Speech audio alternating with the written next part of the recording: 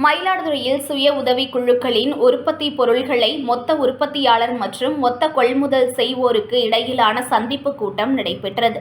மாவட்டம் முழுவதிலும் இருந்து 132 சுய உதவி குழுவினர் தங்களின் உற்பத்தி பொருட்களை சந்தைப்படுத்தினர்.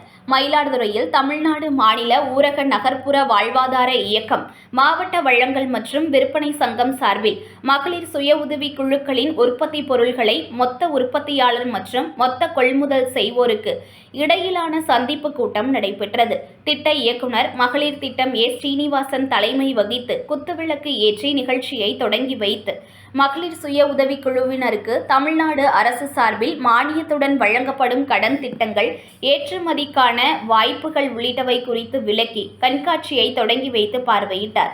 இதில் மயிலாடுதுறை, தரங்கம்பாடி, குத்தாலம், சீர்காழி, கொள்ளிடம் ஆகிய 5 வட்டாரங்களிலிருந்து 132 மகளிர் சுய உதவி குழுவினர் பங்கேற்று தங்களின் உற்பத்தி பொருட்களை விற்பனைக்காக சந்தைப்படுத்தினர்.